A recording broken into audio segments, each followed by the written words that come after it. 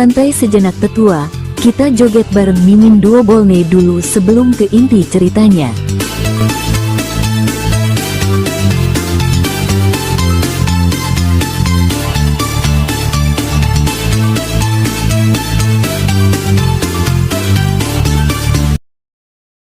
Aku tidak memikirkan ini sebelumnya, karena aku tidak pernah benar-benar melihat dia bertarung sebelumnya. Feng Qiu berbalik dan menatap pada Hong Li. Hong Li, apa Jiang mampu mengalahkan musuhnya? Tanya gadis itu. Hong Li menghela nafas panjang, lalu melepaskannya dengan kasar. Biksu muda itu menggelengkan kepala dan berkata, "Aku tidak tahu, tapi yang jelas, Jiang sangat kuat," jawabnya. Di atas gelanggang, Jiang merapatkan telapak tangannya pada dada dan menunduk, memberi hormat pada lawannya. Akan tetapi, pemuda yang ada di depannya itu hanya diam dan tak membalasnya. "Kebetulan sekali, sejak awal aku memang berniat menghabisimu dan satu yang lainnya. Aku tidak menyangka kesempatan itu datang lebih cepat dari dugaanku," ucap pemuda itu dengan nada dingin. Jiang tidak menanggapinya dan membungkuk pada pengadil dengan cara yang sama, sebelum akhirnya berbalik dan kembali berdiri berhadap-hadapan dengan pemuda tersebut. "Kalian sudah tahu aturannya kan? Sekarang, mulai." Begitu pengadil itu selesai mengucapkan hal tersebut, satu kakinya mundur ke belakang untuk mengadakan sebuah dorongan. Hal itu disebabkan karena kedua peserta yang menjadi tanggung jawabnya tiba-tiba saja melepas aura yang sangat besar. "Sial, anak-anak ini." Dia tidak menyelesaikan kata-katanya, karena saat itu juga dia berpikir untuk langsung mundur beberapa langkah, tepat ketika keduanya tiba-tiba langsung bergerak dengan sangat cepat menuju titik pertemuan di antara mereka. Duar, jeder. Ini jelas menjadi bentrokan dengan tenaga dalam yang paling besar di antara semua pertarungan sudah atau sedang berlangsung. Sebuah dentuman menggelegar saat kaki Jiang beradu dengan kepalan tangan lawannya. Hal tersebut tidak hanya membuat peserta lain yang juga baru memulai pertarungan mereka di atas gelanggang yang sama terkejut, tapi semua orang yang ada di tribun langsung beralih untuk melihat apa yang terjadi antara keduanya. Apa itu? Akhirnya, ada dua jenius yang bertemu. Saat itu juga sebagian besar penonton langsung tahu, meski mereka bukan ahli bela diri. Karena saat ini dua pemuda itu langsung bertukar jurus setelah bentrokan pertama itu terjadi. "Mengesankan, padahal aku lebih tertarik untuk melawan kakak seperguruanmu itu," ucap lawannya, saat Jiang berusaha menahan beberapa pukulan keras yang dihantamkan kepadanya. Tidak hanya tangan saja, keduanya juga saling menyerang dengan kaki saat melangkah maju ataupun mundur. Ini yang membedakan para jenius bela diri dengan yang lainnya. Saat bertarung, tidak ada gerakan mereka yang sia-sia. Tentu saja melawan senior Hong Li akan sangat menarik, tapi aku tidak datang ke sini sebagai pembuka pertarungan untuknya, balas Jiang. Sus, buk, buk, buk. Setelah mengatakan itu, tiba-tiba Jiang mempercepat gerakannya yang berhasil memukul mundur lawannya. "Aku Jiang, aku harap setelah ini kau tidak dendam padaku," ucap Jiang lagi sambil sekali lagi memberi hormat pada lawan, sekaligus memperkenalkan dirinya. Tidak memperdulikan biksu muda itu, lawannya langsung kembali menyerang. Dan saat ini, sama dengan apa yang dilakukan Jiang sebelumnya, dia juga mempercepat gerakannya, bahkan lebih cepat dari yang dilakukan Jiang sebelumnya. Saat itu terjadi, Jiang bisa melihat pukulan tangan lawannya itu sedikit berbayang. Pukulan yang sangat cepat tentu saja akan memberi daya dorong yang kuat pula. Biksu muda itu mencoba menahannya dengan dua tangan, namun saat itu juga dia tahu bahwa pukulan tersebut hanyalah sebuah pengalihan. Bruk, Jiang terdorong dua langkah ke samping kiri, sebelum akhirnya berhenti. Saat dia kembali melihat pada lawan, seketika matanya melebar. Sebuah kaki dengan kecepatan tinggi sudah terarah langsung mendekat pada wajahnya. "Aku Longsu." Sus, buk. Beruntung Jiang berhasil menahan tendangan yang sangat keras itu dengan merapatkan kedua tangannya. Akan tetapi, kuatnya serangan tersebut tetap membuat bergeser mundur ke belakang. Tidak perlu mengingatnya, karena kau tidak akan memiliki kesempatan untuk itu. Sus, buk, buk. Long Su kembali melayangkan serangan tanpa membiarkan Jiang mengambil jeda sama sekali. Tendangan bayangan, slash, sus, buk, buk buk buk buk. Satu tendangan keras, dan diikuti tendangan lainnya saat Long Su berputar di udara, kembali berhasil membuat Jiang mundur, bahkan hingga ke tepi gelanggang. Dia akan kalah, seru seseorang, dan mungkin saja saat itu semua orang langsung berpikir hal yang sama. Karena saat itu tubuh biksu muda dari kuil 5 jari itu sudah sedikit miring ke belakang, seolah akan segera terjatuh. Ditambah lagi, di waktu bersamaan Long Su juga sudah melompat, seperti hendak melakukan serangan terakhir, yang akan membuat biksu muda itu keluar dari sana. Akan tetapi, yang selanjutnya terjadi langsung membuat mata mereka semua melebar. Karena saat itu Jiang menekuk jauh tubuhnya ke belakang, hingga kedua tangannya menyentuh tepian lantai gelanggang tersebut. Sus, slash, buk buk buk buk. Dengan kedua tangannya berada di bawah, Jiang berputar, sebelum akhirnya membalas Long Su dengan satu tendangan keras, yang tidak dia duga, kemudian diikuti 4 tendangan beruntun setelahnya. Sial, kenapa aku bisa melupakan bahwa biksu muda itu dari kuil 5 jari? Umpat seseorang, karena kembali melihat jurus yang sama dengan jurus yang digunakan Lao saat pertandingan terbuka sebelumnya. Ah, jangan mengingatkanku, biksu itu telah membuatku jatuh miskin. Padahal, ada 7 pertarungan di gelanggang saat ini. Akan tetapi, karena pertarungan Jiang dan Long Su berlangsung dengan kecepatan tinggi dan ditambah saat keduanya saling menyerang, tenaga dalam yang besar dari selalu menyertainya. Keduanya benar-benar menjadi pusat perhatian semua orang. Pengendalian diri dari biksu muda itu memang luar biasa. Saat mendengar seseorang mengucapkan itu, orang lainnya membalasnya.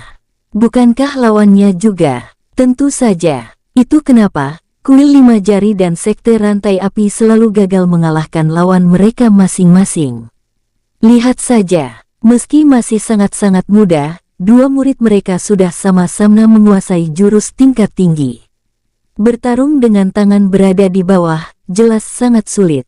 Namun, hal itu juga akan menyulitkan lawannya dalam waktu bersamaan. Akan tetapi, melihat bagaimana Long Su dan Jiang sama sekali tidak merasakan kesulitan. Baik kubu aliran hitam maupun putih, harus mengakui bahwa kuil 5 jari dan sekte rantai api memiliki metode yang sama hebatnya dalam mengembangkan bakat murid-murid mereka. Pertandingan antara Jiang dan Long Su memang menarik perhatian semua orang. Namun, saat ini Xiaoran lebih tertarik dengan apa yang dia lihat saat ini. Guru Lao, aku ingin pergi sebentar, ucap Xiaoran pada Lao. Lao yang mendengarnya, langsung menoleh. Runner, jika tidak begitu mendesak, sebaiknya kau di sini saja. Ucap Lao menanggapinya, seperti yang kita bahas sebelumnya, tempat ini sangat berbahaya. Lanjutnya, mengingatkan. Mendengar itu, Xiaoran mengangguk. Ya, aku mengerti. Aku akan segera kembali. Sebaiknya, kau lihat pertarungan Jiang saja.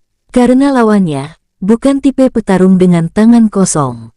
Jawab Xiaoran. Setelah mengatakan itu, Lao melihat Xiaoran pergi begitu saja. Sebenarnya, dia berniat untuk menahannya lebih keras lagi. Namun, saat ini apa yang dikatakan pemuda itu membuat dirinya berpikir. Bagaimana dia mengetahui hal seperti itu?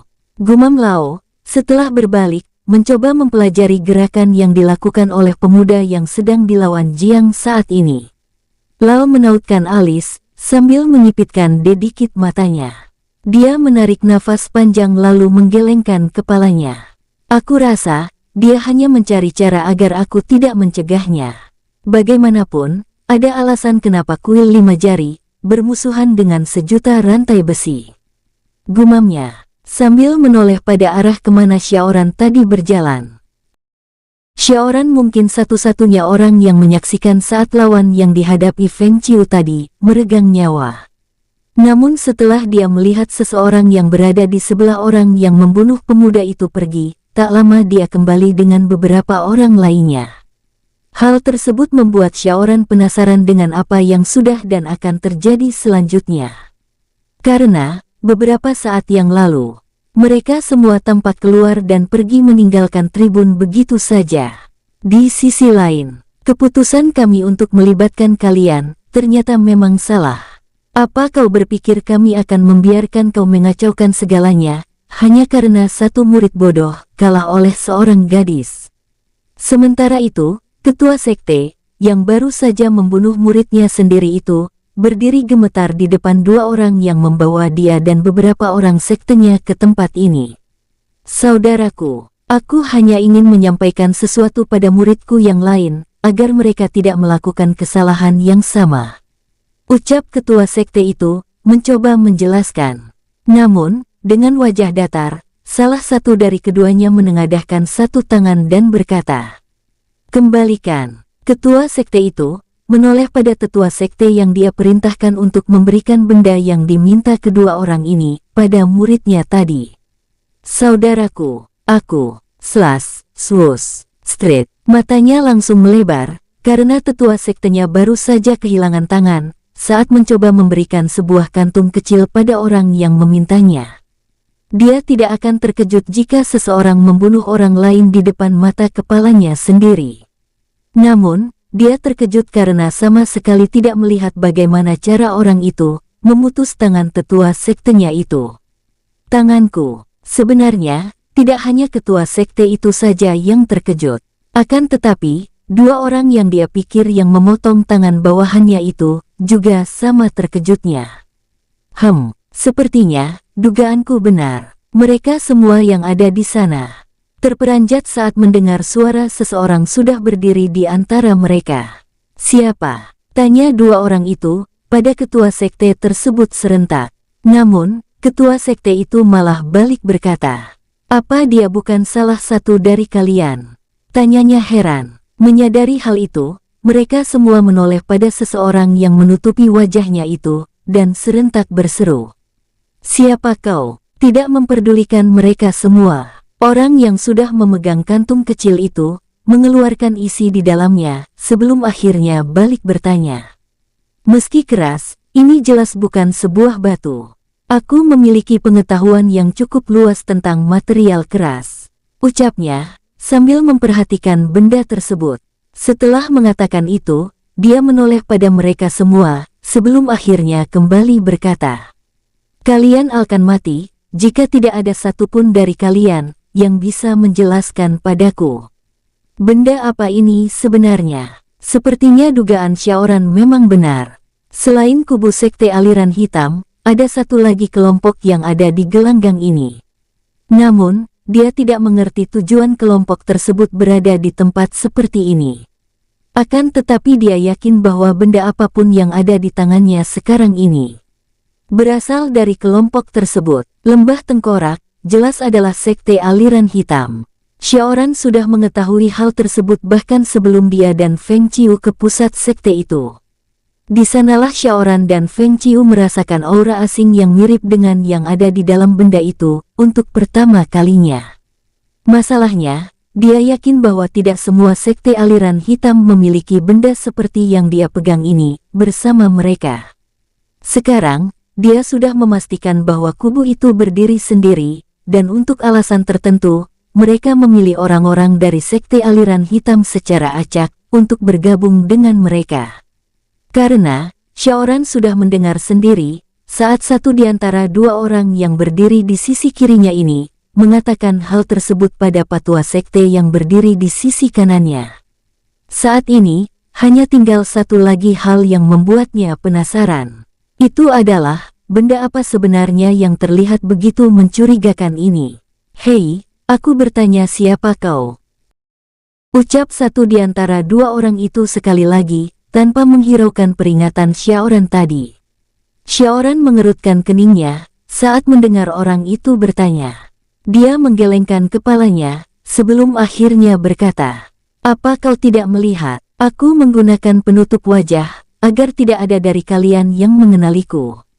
Jawabnya. Jika ini adalah situasi lain, mungkin mereka semua akan tertawa dengan bagaimana cara Xiaoran menjawabnya. Meskipun apa yang dikatakannya benar, tapi itu terdengar lucu, karena dia mengatakannya dengan nada serius. Belajar dari dua walet biru, di mana keduanya menggunakan penutup wajah agar orang lain tidak mengenali mereka. Saat ini Xiaoran melakukan hal yang sama. Menurutnya, ini akan sangat membantu jika dia memutuskan untuk membiarkan lawannya hidup tanpa mengetahui siapa sebenarnya dirinya. Sebuah pemikiran yang begitu polos dari seseorang yang benar-benar baru belajar tentang bagaimana dunia bekerja. Sial, kita tunda dulu urusan kita, ucap satu di antara dua orang yang terlihat cukup kuat itu, sebelum akhirnya kembali menatap pada Xiaoran. Dia memperhatikan Xiaoran dari ujung kaki hingga ujung kepala. Sebenarnya hal ini sedikit mengusiknya. Bagaimanapun, dia tidak merasakan tenaga dalam dari orang yang kini ada di hadapannya ini. Hal itu langsung menjawab kenapa mereka tidak menyadari kehadirannya yang tiba-tiba itu. Akan tetapi, mengingat bagaimana tangan tetua sekte itu terputus, dia yakin bahwa orang ini bukan kultivator biasa. Sepertinya siapapun dirimu itu, sama sekali tidak penting. Tapi, apa yang kau lakukan bisa mengacaukan rencana kami, jika aku membiarkanmu tetap hidup. Ucap satu orang lainnya, setelahnya. Saat itu, Xiaoran bisa merasakan dari orang yang baru saja bicara itu, dia mengeluarkan aura yang sama dengan benda yang saat ini dia pegang. Ketua sekte yang berada di sisi kanannya langsung mundur beberapa langkah. Melihat itu, sepertinya Xiaoran mengerti kenapa orang tersebut menjadi begitu takutnya. Karena orang yang ada di depannya ini terlihat ingin menyerangnya, Xiaoran berniat menggunakan kesempatan itu untuk memastikannya. Baiklah, kalau begitu, majulah, ucap Xiaoran saat itu kugah. Hiya, sus. Xiaoran berhasil menghindari tebasan pedang, cepat yang terdengar seolah mengoyak udara dari orang tersebut. Akan tetapi, mata Xiaoran melebar saat melihat langkah yang digunakan orang ini untuk menyerangnya. Xiaoran terus menghindar sambil memperhatikan langkah tersebut. Dia pernah melihat ini sebelumnya. Jurus yang digunakan orang ini sama dengan jurus salah satu dari 10 orang yang mengikutinya setelah bertemu dengan 3 cendekiawan yang memberikan perbukitan pinus merah ini padanya 2 hari yang lalu. Sus, selas. Buk, gede buk. Setelah menghindar beberapa kali, Xiaoran langsung bergerak maju dengan sangat cepat dan memukul mundur orang itu setelah memberinya 2 pukulan beruntun. Hal tersebut membuat terkejut rekannya. Juga ketua sekte yang berdiri tidak jauh dari sana. Sial, siapa kau sebenarnya? Tanya orang itu sekali lagi. Karena kali ini dia benar-benar penasaran dengan identitas orang yang mampu membalas serangannya dengan sangat mudah ini. Xiaoran menganggukkan kepalanya, dan berkata, "Aku pemilik perbukitan Bukit Merah ini." Jawabnya. Mendengarnya, orang itu kembali berniat menyerang karena merasa Xiaoran mempermainkannya. Namun, di saat bersamaan, langkahnya berhenti. Sepertinya, kita tidak sedang menghadapi musuh biasa. Aku akan membantumu, ucap rekannya, yang selesai yang lalu menahannya. Meski terkejut, saat melihat Xiaoran menarik 2 pedang dari lingkaran udara itu. Namun hal tersebut tidak membuat keduanya panik. Pria yang tadi mengatakan akan membantu, langsung maju begitu saja. Terlihat dari bagaimana reaksi keduanya, Xiaoran yakin keduanya sudah terbiasa menghadapi lawan, yang kekuatannya tidak bisa mereka ukur. Baiklah, kita lakukan dengan cepat. Jangan sampai terlalu menarik perhatian, balas orang tersebut. Saat itu, keduanya langsung memusatkan tenaga dalam mereka ke seluruh tubuh. Sebelum akhirnya aura pembunuh yang sangat pekat, menyeruak dari dalam diri keduanya. Di waktu bersamaan Xiaoran juga menyadari bahwa 2 orang ini berkemungkinan adalah musuh terkuat yang pernah dia hadapi untuk pertama kalinya. Karena dalam hitungan detik saja, tenaga dalam mereka meningkat dengan sangat drastis. Berarti itu, cara kerjanya. Gumam Xiaoran. Pemuda itu, juga tidak ingin berlama-lama di tempat ini. Karena dia tidak ingin Lao yang menunggu, mencemaskan dirinya. Dua orang itu berniat langsung menyerang, namun mata mereka melebar saat melihat yang sedang pemuda itu lakukan, saat mereka berbicara tadi. Keduanya melihat Xiaoran tegak lurus, dan mengangkat satu pedang di tangan kanannya tinggi, sementara pedang di tangan kirinya menunjuk ke bawah. Mata ketua sekte dan beberapa orang yang bersamanya terbelalak, saat melihat apa yang terjadi setelahnya. Saat pemuda itu memutar sedikit lengannya, dari kedua pedang itu muncul aura merah dan biru.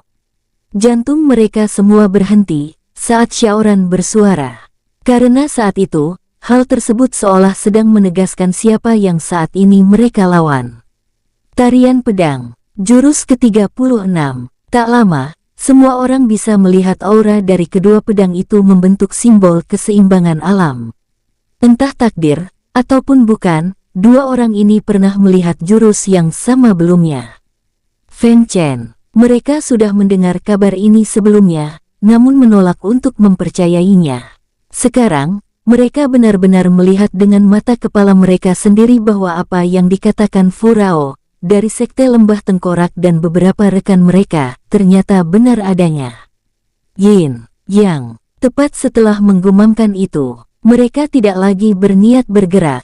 Karena sudah tahu apapun yang akan mereka lakukan, semua itu akan sia-sia. Di saat bersamaan, di gelanggang di mana kompetisi bela diri sedang berlangsung, terjadi kejadian yang benar-benar di luar apa yang bisa diharapkan semua orang.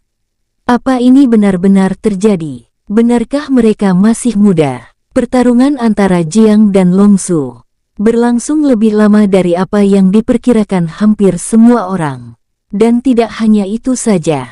Gelanggang itu seolah tidak biasa digunakan untuk berbagi tempat bagi keduanya dengan peserta lainnya. Long Su dan Jiang secara mengejutkan memaksa 14 peserta lainnya menyingkir dari atas sana. Tendangan, langkah, keduanya lagi-lagi berniat membenturkan kedua kaki mereka. Hal ini sudah terjadi berkali-kali, dan setiap itu terjadi, selain menghasilkan suara dentuman bentrok tenaga dalam keduanya juga menghasilkan daya kejut yang sangat kuat. Halilintar, bumi, duar, jeder. Inilah yang memaksa seluruh peserta bahkan 8 pengadil turun dari gelanggang. Keduanya mengerahkan semua yang mereka punya. Setelah benturan, mereka akan menghilang dan muncul di sisi lainnya sambil terus bertukar jurus. Hong Li, siapa sebenarnya adik seperguruanmu ini? Ya, kenapa dia bisa begitu mengerikan? 4 pemuda yang juga merupakan peserta kompetisi mendekat pada Hong Li dan Feng Qiu. Mereka adalah murid dari Liu Chong dan Chong Wei. Sampai sebelum Jiang bertarung, mereka semua yakin bahwa Jiang masih berada di bawah mereka, dan berniat mengikuti kompetisi untuk mencari pengalaman saja. Hal itu, karena sejak awal mereka merasa Hong Li lah murid paling jenius dari kuil 5 jari. Aku tidak bisa mengatakan apapun tentang itu, akan tetapi, ada alasan kenapa aku yang diperintahkan untuk menemaninya keluar. Ucap Hong Li pada keempatnya. Apa itu? Tanya mereka serentak, karena benar-benar penasaran. Jika Jiang sudah memutuskan untuk bertarung, jika tidak berhasil membuatnya pingsan, maka orang itu harus bisa membunuhnya, hanya untuk menghentikannya. Dan itu adalah tugas yang diberikan Biksu Agung padaku. Jawab Hong Li, pada keempatnya. Pertarungan dua jenius muda itu, sontak menjadi sorotan semua kubu yang ada di sana. Saat itu, keduanya langsung memusatkan tenaga dalam mereka ke seluruh tubuh. Sebelum akhirnya aura pembunuh yang sangat pekat, menyeruak dari dalam diri keduanya. Di waktu bersamaan Xiaoran juga menyadari bahwa dua orang ini berkemungkinan adalah musuh terkuat yang pernah dia hadapi untuk pertama kalinya. Karena dalam hitungan detik saja, tenaga dalam mereka meningkat dengan sangat drastis. Berarti itu, cara kerjanya. Gumam Xiaoran. Pemuda itu juga tidak ingin berlama-lama di tempat ini. Karena dia tidak ingin Lao yang menunggu, mencemaskan dirinya. Dua orang itu berniat langsung menyerang, namun mata mereka melebar saat melihat yang sedang pemuda itu lakukan saat mereka berbicara tadi. Keduanya melihat Xiaoran tegak lurus dan mengangkat satu pedang di tangan kanannya tinggi, sementara pedang di tangan kirinya menunjuk ke bawah. Mata ketua sekte dan beberapa orang yang bersamanya terbelalak saat melihat apa yang terjadi setelahnya.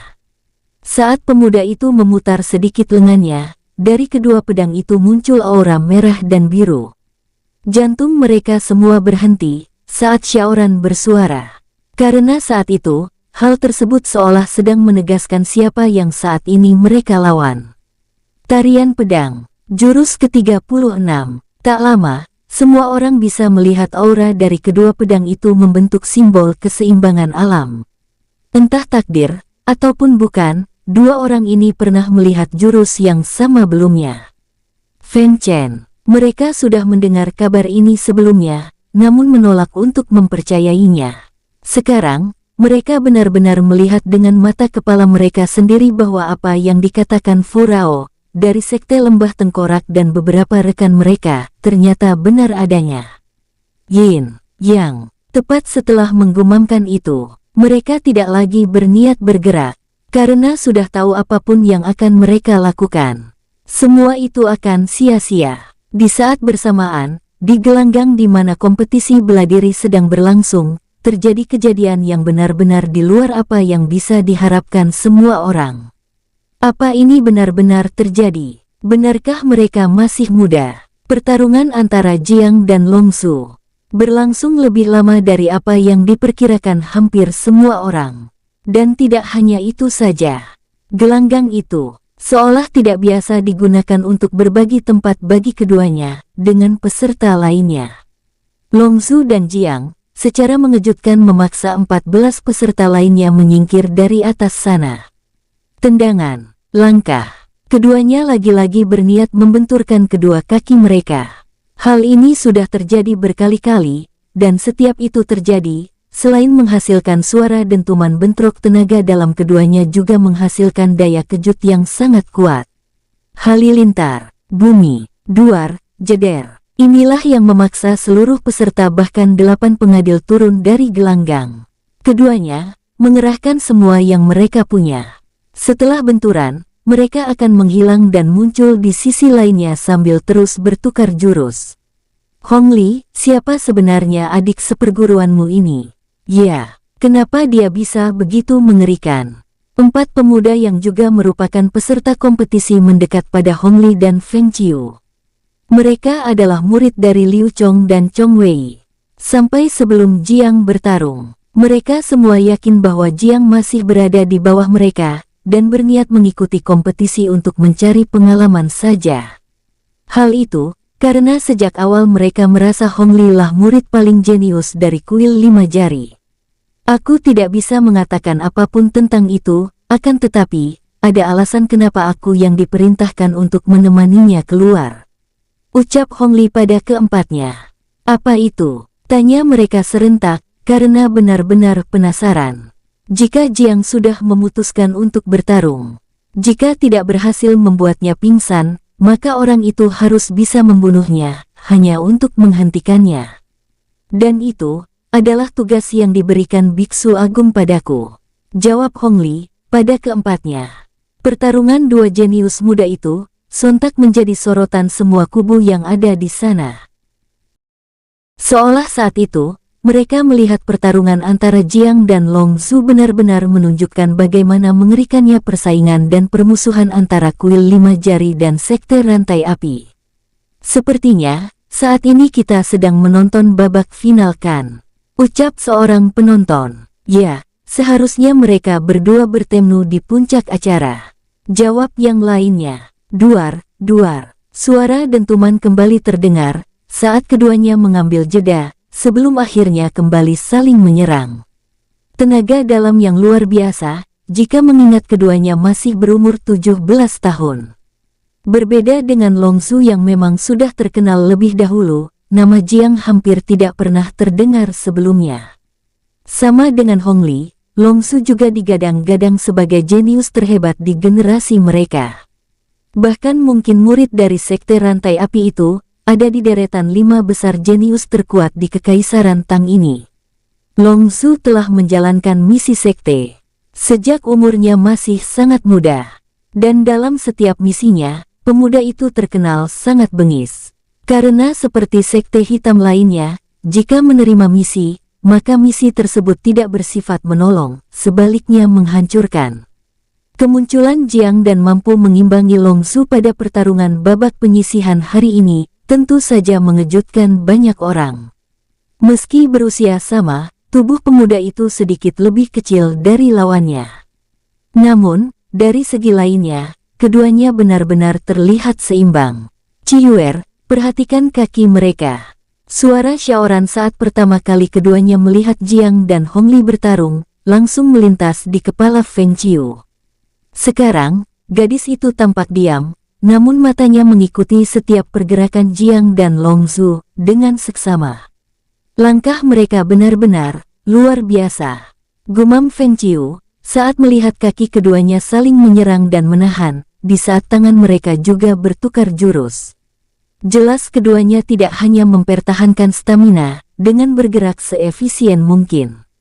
Di saat bersamaan, Jiang dan Long Zhu juga mempertahankan konsentrasi mereka. Ciyuer, jangan pernah lengah, meski musuhmu lemah. Sekarang, Feng Qiu mengingat kata-kata yang selalu dibilang oleh Feng Baoyu saat melatihnya. Slas, swus, buk, buk, ah, oh, oh. Semua orang serentak menarik nafas. Karena akhirnya, keduanya sama-sama berhasil mengenai lawan mereka. Setelahnya, keduanya langsung mundur dan mengambil jeda sedikit lebih lama dari sebelumnya. Hal tersebut bisa dipastikan bahwa baik Jiang ataupun Long Zhu selalu menggunakan tenaga dalam yang besar di setiap serangan mereka. Hasilnya, saat satu saja serangan mereka mengenai lawan, dampaknya langsung terlihat. Lao memperhatikan keduanya hingga dia tidak mengingat lagi tentang syaoran. Biksu itu tidak hanya melihat keduanya saja. Sesekali dia meluruskan pandangannya ke tribun yang ada di seberangnya. Sejak beberapa saat yang lalu, akhirnya Huo Zi, ketua sekte rantai besi, memperlihatkan dirinya. Lao tentu tahu apa yang dipikirkan oleh pria yang merupakan lawan tangguh dari Biksu Agung Kuil 5 jari tersebut. Huo Zi, saat menggumamkan nama itu, seolah orang yang dimaksud Lao mendengarnya. Mata Lao melebar saat mata Huo Zi juga menatapnya. Perasaan Lao langsung berubah saat dia melihat pria itu tersenyum menyeringai padanya. Kau, segera setelah itu, Lao kembali melihat pada Jiang dan Long Zhu yang sudah kembali bertarung. Matanya kembali melebar, karena gaya bertarung Long Zhu sudah berubah. Sekarang, jelas pemuda itu sudah mengendurkan pertahanannya agar bisa menyerang dengan lebih kuat. Duar, jeder. Jiang berhasil menahan serangan lawannya, namun di saat bersamaan dia merasakan kaki dan tangannya sedikit perih. Karena saat itu daya kejut dari serangan yang dilepas Long Zhu meningkat. Menarik, sepertinya, kau memang cukup kuat, seru Long Zhu, sambil kembali berlari mendekat, dan langsung memberikan serangan bertubi-tubi, dengan tenaga dalam yang lebih kuat lagi. Duar. Hampir di setiap serangannya, Long Zhu terlihat berusaha membuat Jiang terdesak. Hal tersebut bisa dilihat dari semua orang yang ada di tribun. Gerakan keduanya jelas melambat, namun sebaliknya, tenaga dalam yang mereka gunakan semakin meningkat. Hahaha, kau tidak berharap ini hanya kompetisi biasa kan? Seru Long Zhu, sambil terus melayangkan serangan demi serangan pada Jiang, yang sudah mundur beberapa langkah. Jiang tidak menanggapinya, namun terus berusaha menahan serangan yang dilancarkan oleh Long Zhu padanya. Dia berniat menyudutkannya, seru Hongli, saat melihat sedikit demi sedikit, adik seperguruannya itu, sudah hampir mencapai tepian gelanggang. Bruk, mati kau, biksu, teriak Long Zhu, begitu dia berhasil memukul Jiang hingga membuat biksu muda itu mundur hingga satu kakinya benar-benar sudah berada di tepi gelanggang. Karena jarak antara dirinya dan Jiang sedikit jauh, Long Zhu memiliki kesempatan untuk memasang kuda-kuda dan langsung melepas serangan kuatnya. Tendangan, halilintar, duar, jeder. Serangan yang dilepas Long Zhu, jelas yang terkuat sejak saat pertarungan ini dimulai. Saat itu, semua orang berpikir bahwa Jiang mungkin sudah jatuh terkapar. Atau setidaknya, mengalami cedera yang parah. Karena momentum tendangan yang dilepas lawannya, terasa begitu tepat. Tentu saja aku tidak berharap ini adalah kompetisi biasa. Dan, saat ini, aku benar-benar ingin melihat batas kemampuanku. Saat debu yang berterbangan turun, semua orang bisa melihat dengan jelas kaki Long Zhu mendarat tepat di bahu Jiang.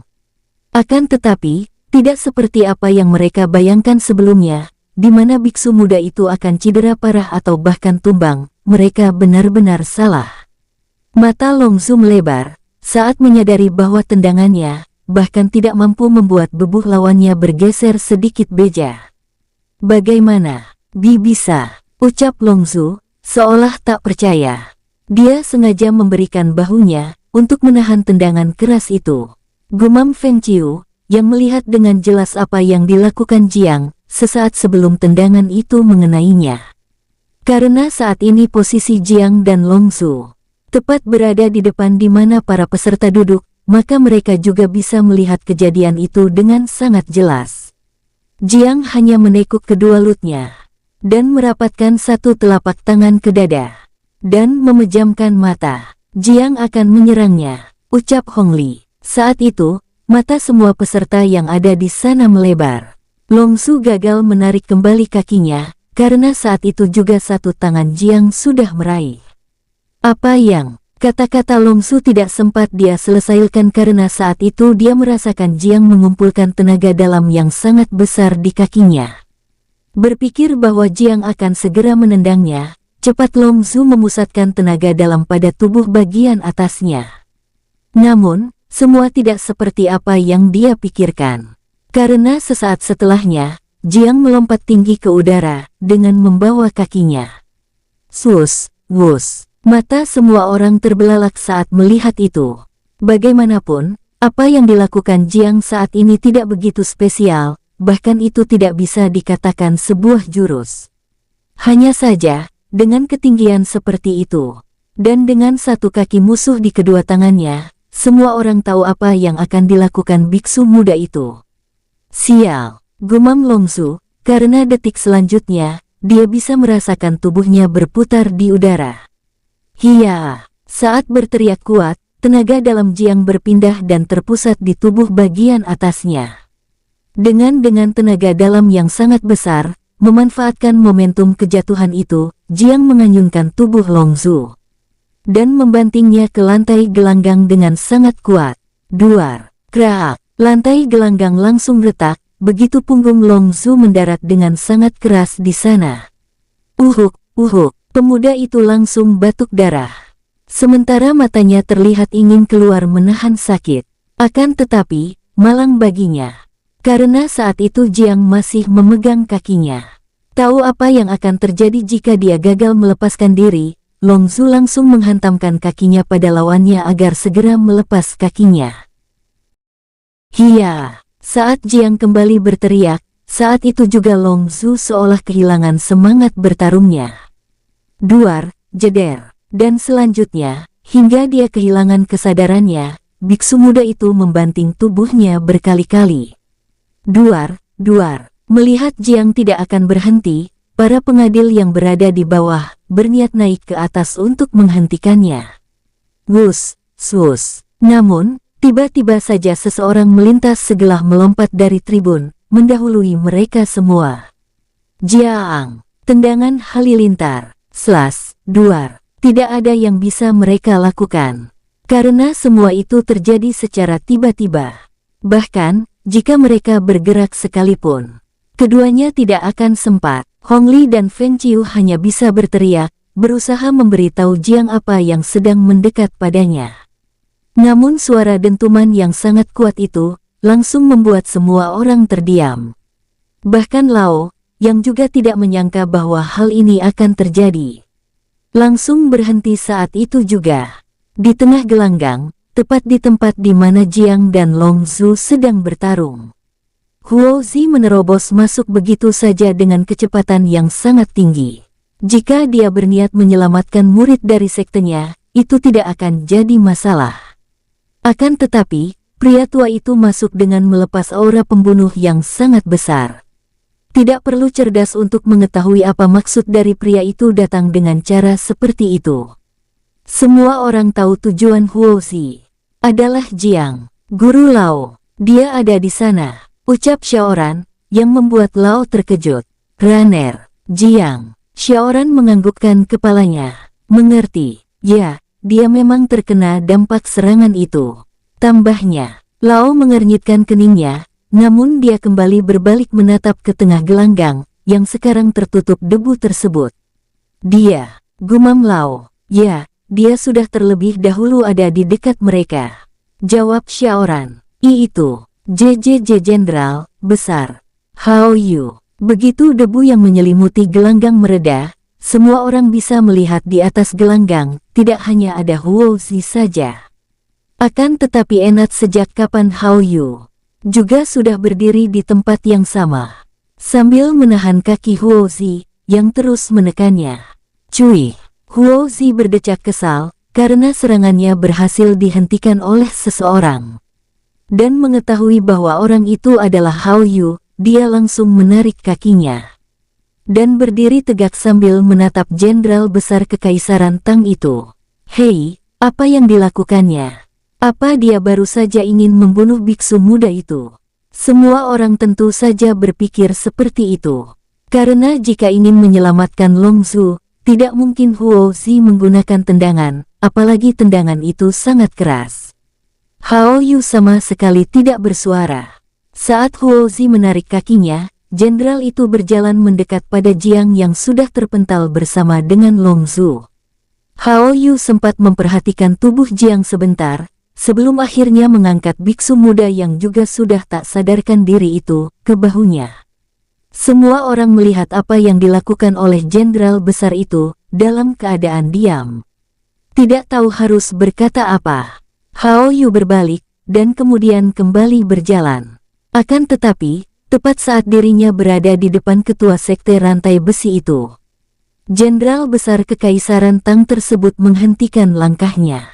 Tanpa melihat sama sekali padanya, Hao Yu berkata, Huozi, aku sama sekali tidak keberatan, jika kau berniat memulai perang di sini, dan saat ini juga. Ucapnya, menantang. Mendengar itu, membuat Huozi tersenyum miring dan mengangkat satu alisnya. Dia mengelengkan kepalanya sekali, sebelum akhirnya belas berkata, apa kau mencoba memprovokasiku Hao Yu? Sudah aku katakan, aku sama sekali tidak keberatan. Silahkan, cobalah, tegas Hao Yu. Apa yang mereka bicarakan? Sial. Lebih dari itu, sebenarnya apa yang terjadi? Para penonton di tribun sama sekali tidak bisa mendengar apa yang dua orang itu bicarakan di tengah gelanggang sana. Namun, dari wajah keduanya, mereka yakin itu bukanlah hal yang bagus. Sekarang, mereka melihat Hao Yu berjalan meninggalkan Huozi di sana, dengan membawa tubuh Jiang di bahunya. Sementara, beberapa orang dari sekte rantai api, baru saja masuk dan naik ke atas gelanggang tersebut membawa tubuh Long Zhu dari sana. Dilihat dari bagaimana cara mereka memperlakukan tubuh jenius muda dari sekte rantai besi tersebut, jelas saat ini Long Zhu terluka cukup parah. Sementara itu, Huozi masih terus berdiri di atas sana. Pria itu mengedarkan pandangannya pada seluruh orang yang berada di tribun. Dia tersenyum miring saat tatapannya kembali beradu dengan Lao. Namun, hal tersebut tidak lama terjadi. Huozi berbalik dan berkata geram, kumpulan orang-orang bodoh. Suasana di kompetisi itu berubah menjadi sedikit membingungkan. Beberapa orang masih terdiam mencoba mencerna apa yang terjadi, sebelum akhirnya salah satu penonton berseru, dan diikuti oleh yang lainnya. Hei, pengadil, bagaimana hasilnya? Siapa yang menang? Ya, apa tidak ada satupun yang menang? Bagaimana dengan yang lainnya? Rentetan seruan penuh tanya itu langsung terdengar dari segala penjuru tribun. Sepertinya, mereka tidak begitu peduli dengan apa yang terjadi. Akan tetapi, mereka lebih peduli dengan hasil pertarungan tersebut. 8 pengadil yang ada di sisi gelanggang tersentak saat mendengarnya. Mereka saling bertatapan, sebelum akhirnya berbalik dan melihat ke satu arah.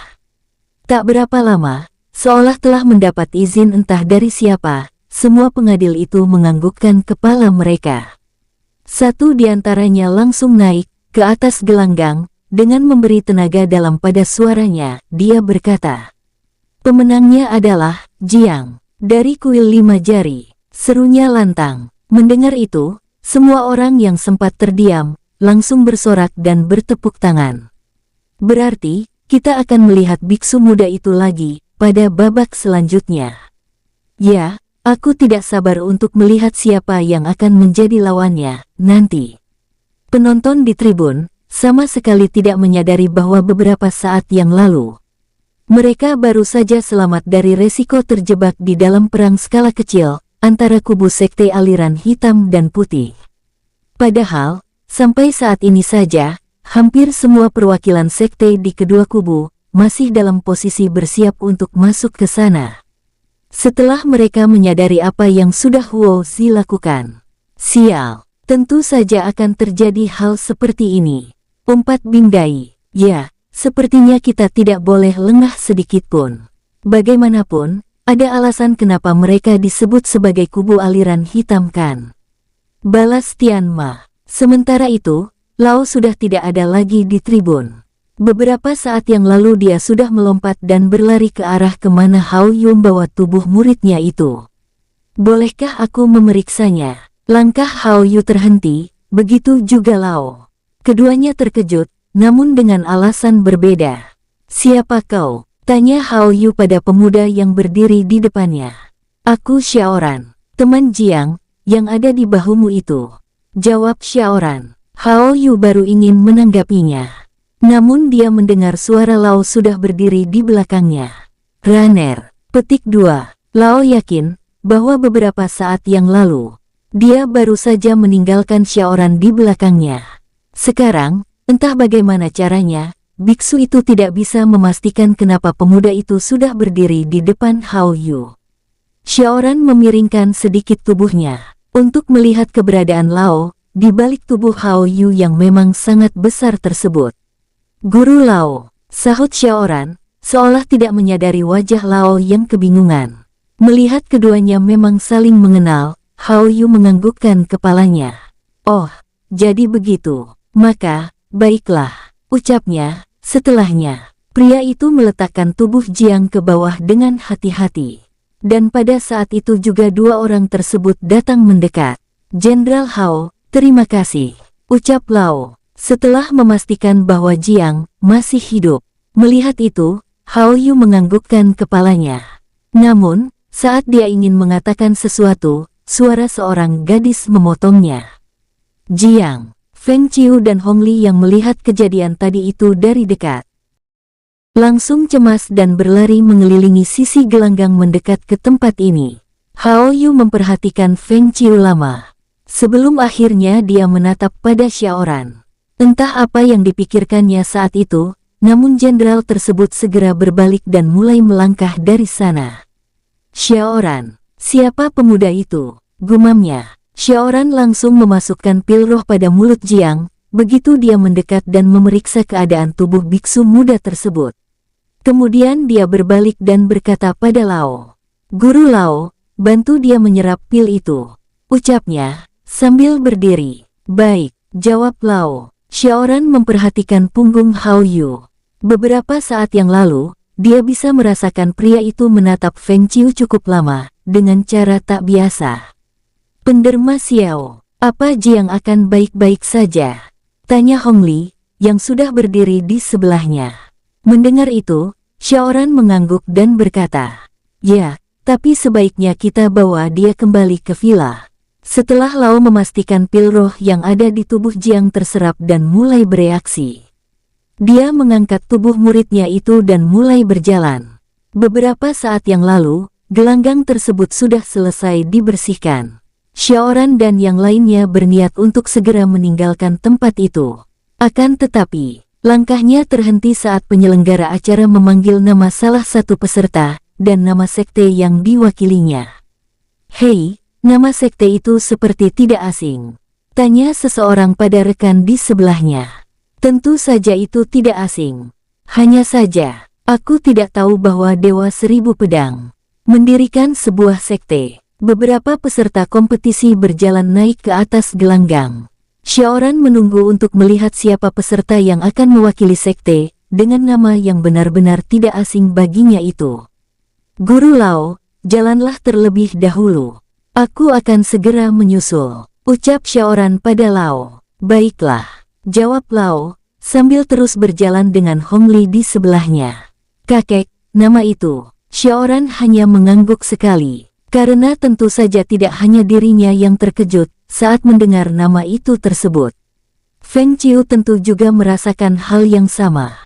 Sial, apa ini lelucon? Apa menurut mereka akan menjadi hebat hanya karena menamakan sekte mereka dengan gelar seorang legenda? Hei, kenapa kau bicara seperti itu? Bagaimana jika selama ini orang itu benar-benar mendirikan sebuah sekte? Berbagai anggapan langsung bermunculan begitu nama sekte itu disebut. Tidak hanya penonton saja, bahkan dua kubu yang saling berseberangan juga berpikir hampir sama dengan sebagian mereka. Sepanjang sepengetahuan mereka, Feng Chen tidak memiliki sekte, kecuali beberapa kelompok yang pada akhirnya telah lama dia tinggalkan. Dan tentu saja tidak ada satupun dari kelompok itu yang dinamakan sesuai gelar yang disandangnya. Hei, apa penutup wajah diperbolehkan? Pengadil, dia menutupi wajahnya, minta dia segera melepasnya. Setelah melihat siapa yang mewakili sekte yang menarik perhatian banyak orang itu, mereka semua harus kecewa karena peserta tersebut naik dengan menutupi wajahnya.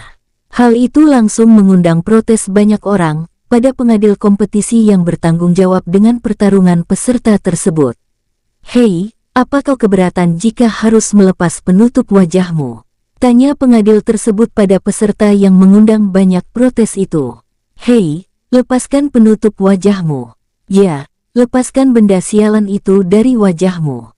Beberapa orang mulai tidak sabar, karena saat ini terlihat semua peserta sudah bersiap-siap untuk memulai pertarungan mereka. Pengadil tersebut sedikit kebingungan karena peserta yang dia tangani itu hanya diam, sama sekali tidak meresponnya. Dia menoleh pada beberapa rekannya, yang juga sedang melakukan tugas yang sama. Namun, hal yang dia dapat hanya gelengan kepala dari mereka. Sebenarnya, tidak ada larangan sama sekali jika peserta memutuskan untuk mengenakan penutup wajah bahkan topeng sekalipun. Mengingat ini adalah kompetisi yang terbuka untuk siapa saja. Bahkan semua orang juga sudah menyadari bahwa kultivator-kultivator kubu aliran hitam juga bagian dari peserta kompetisi ini.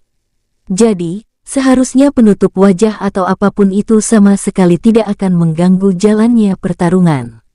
Pengadil, sudahlah, aku sendiri yang akan membuka penutup wajahnya itu.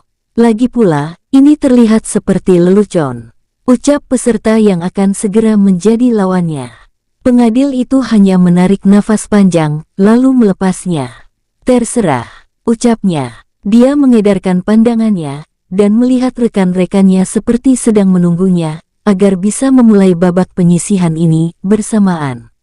Pengadil itu menganggukkan kepalanya. Sebelum akhirnya, dia berbalik dan menatap pada kedua peserta itu, dan berkata, "Kalian sudah tahu aturannya kan? Sekarang, mulai, meeting." Seruap, bruk. Mata pengadil itu terbelalak, karena melihat apa yang baru saja terjadi. Begitu mengatakan kata mulai, peserta yang mewakili sekte yang bernama Dewa Seribu Pedang itu, langsung bergerak dengan sangat cepat.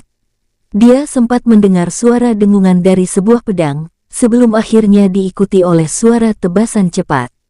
Satu peserta lainnya, langsung ambruk di lantai, ambil memegang dadanya, yang baru saja terkoyak. Pengadil itu belum sempat bereaksi, tiba-tiba saja peserta yang menggunakan penutup wajah itu, bersuara. "Apa aku harus membunuhnya?" Tidak perlu, jawab pengadil itu cepat, karena ujung pedang peserta tersebut sudah berada di leher lawannya. Peserta itu mengangguk dan memasukkan kembali pedangnya ke sarung. Sebelum akhirnya berbalik dan berjalan meninggalkan gelanggang, saat itu juga. Apa-apaan itu? Kau melihatnya? Hei, aku belum sempat melihatnya. Apa yang terjadi? Petik 2. Sudah selesai. Begitu saja. Semua penonton tidak siap dengan apa yang mereka lihat. Sekarang, peserta yang mereka sangat inginkan untuk membuka kain yang menutupi wajahnya itu, sudah melompat turun dari gelanggang, setelah menebas lawannya dengan sangat cepat. Pemenangnya. Dia. Saking terpananya, pengadil itu lupa dengan nama peserta itu, bahkan nama sekte yang diwakilinya tersebut. Ya, dia, maksudku. Pengadil itu benar-benar tidak tahu harus berkata apa. Ya, dia pemenangnya. Tegasnya sekali lagi. Gelanggang itu sempat hening, dan perlu beberapa detik sebelum akhirnya seseorang berteriak. Gila, ini benar-benar gila. Seluruh penonton langsung bertepuk tangan, karena baru saja melihat dan menyadari bahwa ada satu lagi peserta yang sangat hebat yang mengikuti kompetisi ini. Sial, aku rasa dia memang murid dari Sang Dewa Seribu Pedang. Aku juga berpikir begitu. Aku benar-benar bersemangat. Kompetisi ini sungguh luar biasa. Tidak hanya penonton dari awam saja yang terkejut. Para perwakilan sekte baik hitam ataupun putih juga sama terkejutnya. Karena mereka yang sudah lama malang melintang di dunia kultivator dan sempat melihat langsung sepak terjang Sang Dewa Seribu Pedang, tahu benar dengan jurus tersebut. Jurus itu memang salah satu jurus yang sering digunakan Feng Chen untuk membantai musuh-musuhnya. Apa itu sungguhan? Liu Chong, kau melihatnya kan? Chong Wei bertanya pada Liu Chong yang juga sama terkejut dengan dirinya. Karena dia juga pernah melihat langsung teknik tersebut. Ya, tidak salah lagi. Beberapa ketua sekte dari aliran hitam juga melebarkan mata saat melihatnya. Sekarang, dari tempat mereka masing-masing, orang-orang itu saling bertatapan. Semuanya menganggukkan kepala, seolah telah menyadari sesuatu. Namun, di salah satu pintu keluar gelanggang tersebut, ada dua orang yang terdiam saat melihat kejadian itu.